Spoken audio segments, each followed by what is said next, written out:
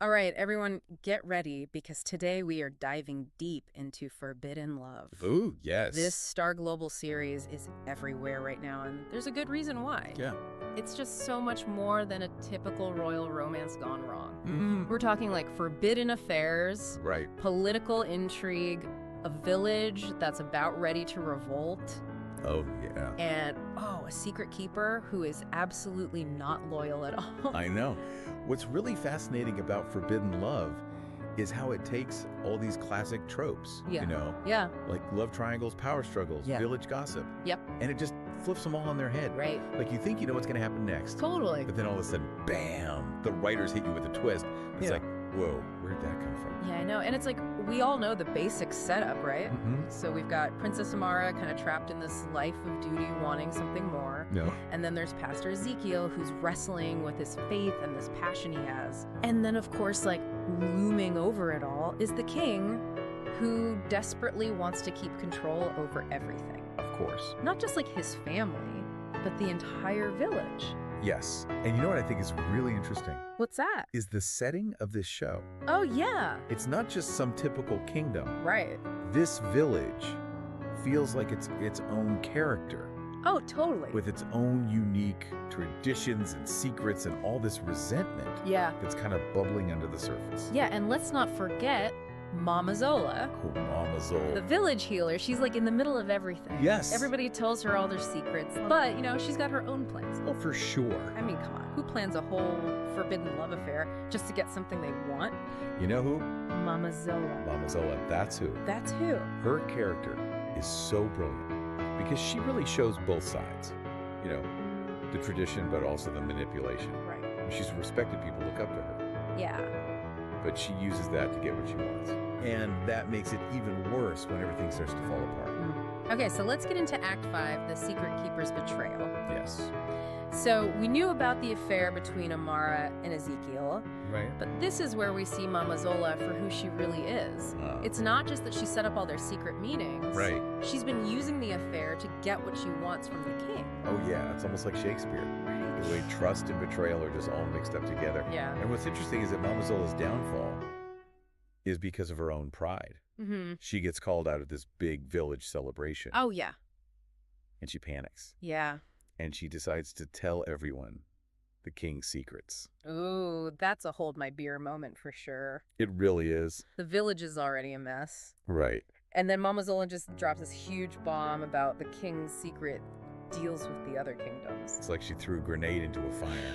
I know. And this is where we see the cracks in the king. Yeah. He wants everyone to think he's strong and wise. Mm, But Mama Zola just shows everyone that he's not. totally. He's actually really weak. And poor Amara. She's stuck in the middle of all of this. Why not? Betrayed by the king and Mama Zola. Oh. I mean, that scene where she confronts Mama Zola. Yes. It's just heartbreaking. It is. You can just feel how disappointed she is in everyone. It's a really important moment for Amara. Yeah. She's always been stuck between what she's supposed to do and what Yeah. she wants to do. Right. And now she has to face the truth. Mhm. The people she's supposed to trust have been using her. Yeah. It's rough. So then things get even crazier in Act 6, the royal wedding sabotage. Oh, yeah. The king's trying to fix things Mhm. to make his family look good again. Right. So he arranges for Amara to marry Prince Amika. Of course. It's all about appearances, right? Making everyone think they're strong and united. But what's really great is that the writers don't do what you expect. Right. You think it's going to be like a normal royal wedding drama, but instead we get this huge fight that shows everyone how messed up the monarchy really is. And who comes back to start that fight? Who else? Pastor Ezekiel. Pastor Ezekiel. He's not just the sad pastor anymore. Right. He's back, and he wants justice. Totally. Not just for himself, but for the whole village. The wedding is just pure chaos. Oh, yeah. The king's secrets are out. Amika's humiliated. Yeah. And Amara, well, she makes a choice that changes everything. Uh-huh. She says no to the throne. Wow. She says if this is what royalty means, she wants no part of it. That's a big moment. It is. She's not just saying no to a marriage or to a guy. Yeah. He's saying no to a whole system that's built on lies. Right. It's like she's finally free. Yeah. And it shows that she's going to become a leader herself. And now the village is like ready to explode. Oh, yeah. The king is weak. Amara's gone. Who's going to take over? Ooh, that's a good question. And that's where things get really interesting. That is a great place to stop. Yeah, it is. So last time we were talking about how the village is in chaos. Right. The king has no power. Amara's gone. Yep. And the people are definitely ready for some change. Big change. And that's when we meet Kwame.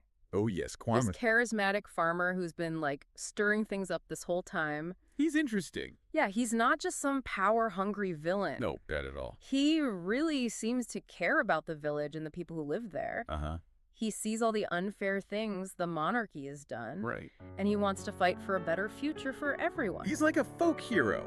You know, he represents everything the people want, and he's not afraid to fight for it, even if it means a revolution. Yeah, so that's where Act 7, the People's Revolt, really gets going. It does. The writers did an awesome job of showing how intense and confusing a revolution can be. Oh, yeah. It's not just about getting rid of the king, it's Well, about no. people fighting with each other, Yeah. making deals and compromising their beliefs. It makes you wonder who's really good and who's really bad. Oh, absolutely. And then, of course, Mama Zola always has to get involved. Oh, of course she does. She sees Kwame's rebellion as her chance to get more power. She never misses an opportunity. Nope. She teams up with him, Uh-huh. offers her knowledge and influence. Right. But, you know, she's still playing her own game. Oh, for sure. I think that's what makes Mama Zola such a great character. Yeah. She's ambitious and always looking out for herself, even during a revolution. So the revolution works. It does. The king has to step down. Yeah. The monarchy is over. And they create a village council to rule.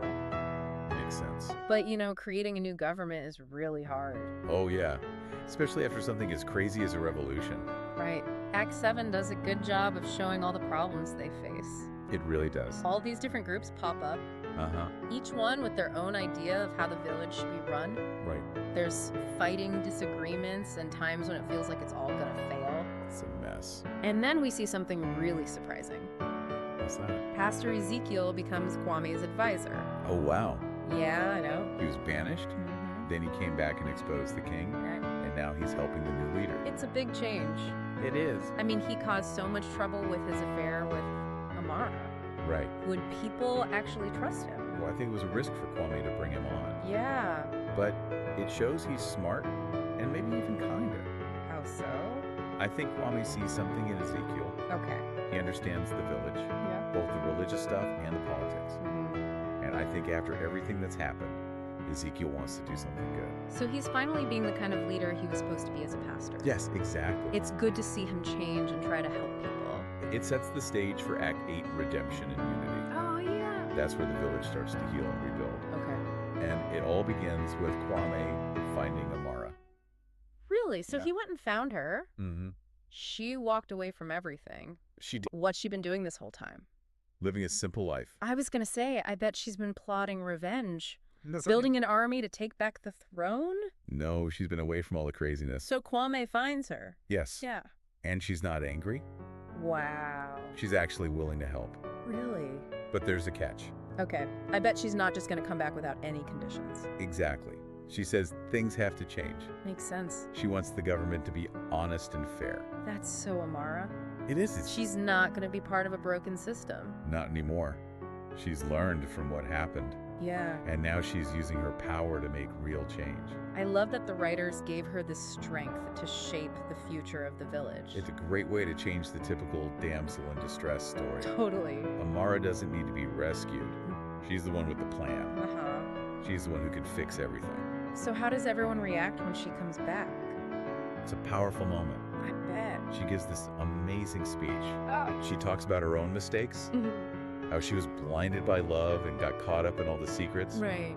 But then she says they need to come together, Okay. to work together, to build a better future where everyone have a voice. It's like she's saying we all messed up, but we can learn from it. Yes, exactly. And I bet everyone is just relieved. They are. I mean, after all that they've been through, they need something to believe in again. And Amara gives them that. She does. Even with all her flaws and her pain, she's offering them hope. Yeah. She's not saying it's going to be perfect, Right. but she's asking them to help create something new and better. And when she comes back, it makes other characters want to fix their own pasts. It does. It starts this chain reaction. Speaking of fixing the past, what about Ezekiel? He changes a lot. Does he really make up for all the trouble he caused? He understands he was wrong. Good. He realizes that his ambition and pride were bad, He apologizes to everyone. Okay. He tells them how sorry he is for hurting Amara in the village. So he admits his mistakes. He does. But saying sorry isn't enough. Right. What does he actually do to make things right? He dedicates his life to helping others, Oh, okay. especially the poorest and most vulnerable people in the village. That's good. It's a humble job, Yeah. very different from the power he wanted before. But it's the right path for him. It is. It shows that he's finally found his purpose. Yeah. It reminds us that making things right isn't just about saying sorry. It's about changing how you act and fixing the harm you caused. Exactly. Now, what about Mama Zola?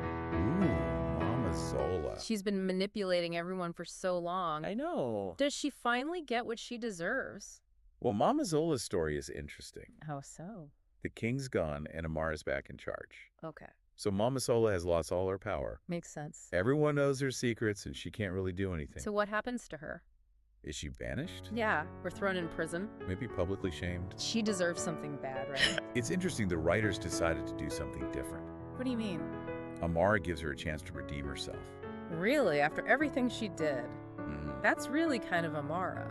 It is, but remember, Amara is all about second chances. Right. And she knows that Mama Zola has good skills as a healer. Yeah. So Amara tells Mama Zola to use her skills to help the people who need it most. Oh, that's a good idea.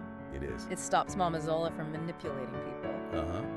But lets her use her talents for good. Does she like this new plan? Not really. But it's a good lesson for her. It is. It's her chance to make things right. So at the end of all of this, does the village find peace? It starts to... They went through a lot. They did. The series ends with a feeling of hope. Okay. They're still going to have problems and disagreements, but they're working together now. Amara's leadership, Yes. Ezekiel making things right, and even Mama Zola possibly changing. It all helps to create this new beginning. It shows that even after all that betrayal and pain, there's still hope for something better. Yes. And you know what I think is really interesting? What's that? We never see the king again. Oh yeah, what happens to him? We don't know. He just disappears. Wow, so the writers just leave that open-ended. They do. It's like they're saying the past is the past. Yeah, let's move on. Right. But it also makes you think about him. It does. Did he find peace? Yeah. Did he regret anything? We don't know. It's up to us to imagine what happened to him. And what his absence means for the village. I like that. It's a reminder that sometimes justice isn't about punishment. It's about moving on and creating a better world without those who hurt us. That's a great point, and it shows how complex forbidden love really is. It's not just a love story. Right. It's about power, trust, betrayal. And rebuilding after everything falls apart. Exactly. It makes you think. It does, and the characters are so interesting, and the story is so well written. So we've talked about the betrayals, the politics, the redemption. We have. But what are the big lessons? What can we take away from all of this for our own lives? That's a great question, and that's what we're going to talk about next time. All right, so we've gone through all the crazy twists and turns of forbidden love. We have. We saw a whole kingdom fall apart, Mm-hmm. and we watched all these characters fight with their own desires and problems. They've been through a lot. But now, for the big question. Oh, yeah, the big question. What does it all mean? That's what I love about forbidden love. Yeah. It takes these huge dramatic events Uh-huh. and uses them to explore really human themes. Right. It's not just about power struggles or secret romances. It's about the choices we make, how easily trust can be broken, and the fact that hope never really dies. Yeah, like take the whole idea of forbidden love. Okay. On the surface, it's just a typical story. Right, two people who are attracted to each other, even though they're not supposed to be. But in forbidden love, it's so much more than that. Yeah. This Amara and Ezekiel's affair. Yeah. It's not just about passion. Right. It's like this trigger that reveals all the bad stuff that's been hidden in this village. It's like their love, Yeah. even though it's forbidden, becomes this powerful force. Totally. It challenges everything the village believes in. And through what they do, both the good and the bad, Yeah. we see how power really works. Right. How it can make people corrupt, how it can be used to control people, Yeah. and how people can take that power back and change it. And that's what makes the show really cool, right? I think so. Because it's not just about destroying the old system, it's about building a new one that actually works. works. And we see that with Amara. Right when she comes back and demands that everything be open and fair. Yeah, like she's saying, we're not just going to swap out one king for another. Totally. We need something totally new that works for everyone. And what I think is really interesting is that there are no easy answers. Nope. There's no magic solution for a perfect society. Not at all. It takes hard work, compromise, and learning from the past. You know what really hit me? What's that? Is how every single character has to deal with taking responsibility for their actions. Oh, yeah. We see the king, who's blinded by his own power, finally facing the consequences of what he's done. We see Ezekiel trying to make up for his betrayal by helping others. Yeah. And even Mama Zola, who's always manipulating everyone, Oh, yeah. gets a chance to use her knowledge to do something good. That's a great point because it shows that being accountable isn't about being punished. Right. It's about growing, changing, Yeah. and taking responsibility for how we affect other people. And that's something we all have to deal with. Oh, absolutely. And maybe not on such a huge scale, Right. but we all make choices that affect others. We do. And forbidden love reminds us that we have to own up to those choices, learn from them, and try to be better. I love that when Mama Zola gets that offer from Amara Yeah. to use her healing to help the people who need it most. Yeah. It made me think about times when I've had to forgive people who hurt me. It's not easy. It's really not, but sometimes it's the only way to move on. You're right for ourselves and for everyone around us. That really connects to the main message of forbidden love, It does. which is that even after all the bad stuff, Yeah, the betrayal and the heartbreak. there's always a chance for healing, forgiveness, and finding hope in unexpected places. It's like that saying, it's always darkest before the dawn. I like that.